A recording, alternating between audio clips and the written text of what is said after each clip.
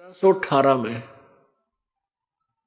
वो परमात्मा सहशरीर मगहर स्थान से, गोरखपुर एक शहर है, गोरखपुर शहर से, जो गीता प्रेस गोरखपुर के नाम से प्रसिद्ध है, वो गोरखपुर शहर से 30-35 किलोमीटर की दूरी पर एक मगहर कस्बा है, मगहर। और वहां का एक नवाब बिजली खां पठान परमात्मा कबीर जी का शिष्य था, वो मुसलमान। और बनारस का नवाब नरेश, काशी का नरेश वीर देव सिंह बघेल, ये भी कबीर परमात्मा के शिष्य थे। तो इन अज्ञानी गुरुओं ने, ब्राह्मणों ने ये एक भ्रमणा फैला रखी थी कि जो बनारस में मरता है वो तो स्वर्ग जाएगा, और जो मगहर मरता है वो नरक में जाता है और गधा बनता है। तो वहां के ब्राह्मण काशी के कहा करते, भाई मगर में कोई मत मरियो, वहां गधा बनोगे, नरक में जाओगे।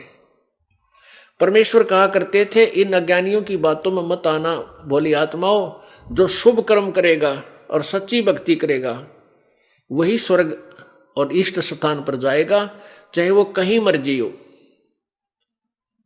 और जो पाप करेगा भाई कितना मरियो, सीधा नरक में जाएगा। ये गलत आपको अफवाह फैला रहे, झूठा ज्ञान दे रहे। इस तथ्य को सिद्ध करने के लिए परमात्मा ने कहा कि मैं मगहर मरूंगा और तुम अपने पत्रे ले चलियो, सारे हिसाब किताब लगा देना मैं कहाँ गया हूं। तो परमात्मा वह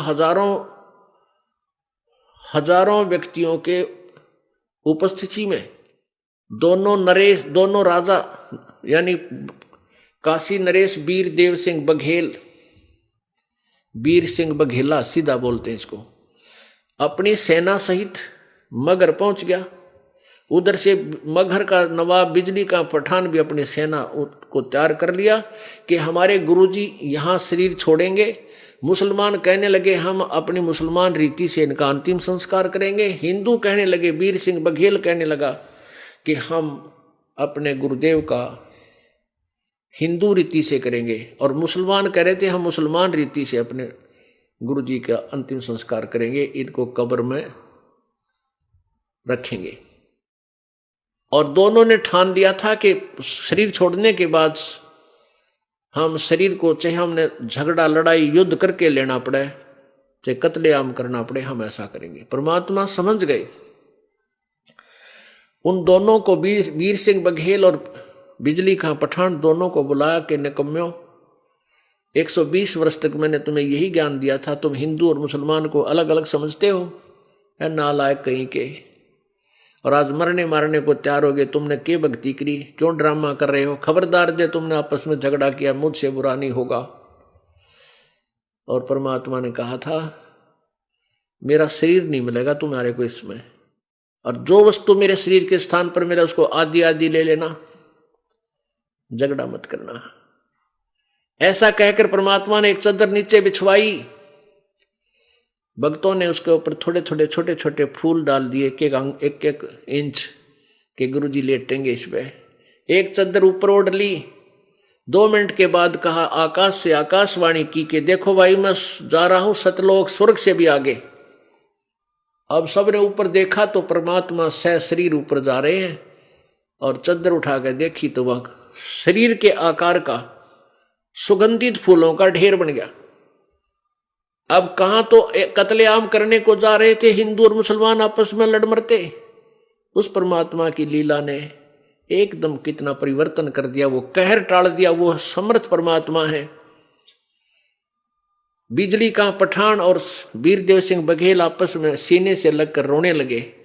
हिंदू और मुसलमान आपस में दोनों एक गुरु भाई थे, लेकिन उसमें दोनों एक दूसरे से मिलकर रोने लगे और कहने लगे हम भगवान को पहचान नहीं सके, हम दुष्ट आत्मा है, हम आज भी लड़ने और मरने को तैयार हो गए थे उस प्रभु की उपस्थिति में, हम कैसे दुष्ट हैं। तो पुण्यात्माओं, श्री कृष्ण जी कौरव पांडवों का युद्ध नहीं करवाना चाहते थे और 3 बार शांति दूत बनकर गए, लेकिन वो इस जुल्म को टाल नहीं सके क्योंकि वो समर्थ नहीं थे। अब जब दोनों सेना आपस में लड़ने को खड़ी हैं, अर्जुन मना करने लग गया, तो उस समय श्री कृष्ण के शरीर में काल प्रवेश कर गया यो सदाशिव प्रवेश कर गया और उसने श्री कृष्ण की एक नहीं सुनी। श्री कृष्ण की आत्मा को तो पता ही नहीं वहां क्या हुआ। और काल ने बागडोर संभाल दी, गीता का ज्ञान दिया, अर्जुन को प्रेरित किया और युद्ध करवा कर सर्वनाश करवा दिया। श्री कृष्ण जी समर्थ नहीं और उस कहर को, उस युद्ध को टाल नहीं सके।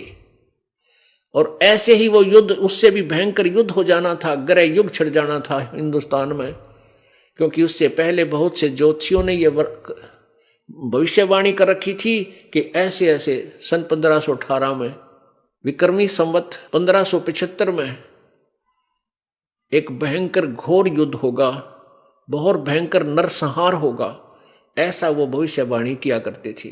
और वो होना था, परमात्मा ने वो कैंसिल कर दिया। कहाँ तो अनर्थ होना था, कहाँ आपस में सीने से लगकर और भाई भाई की तरह हिंदू और मुसलमान रो रहे हैं, भूल गए सब लड़ाई और झगड़ों को।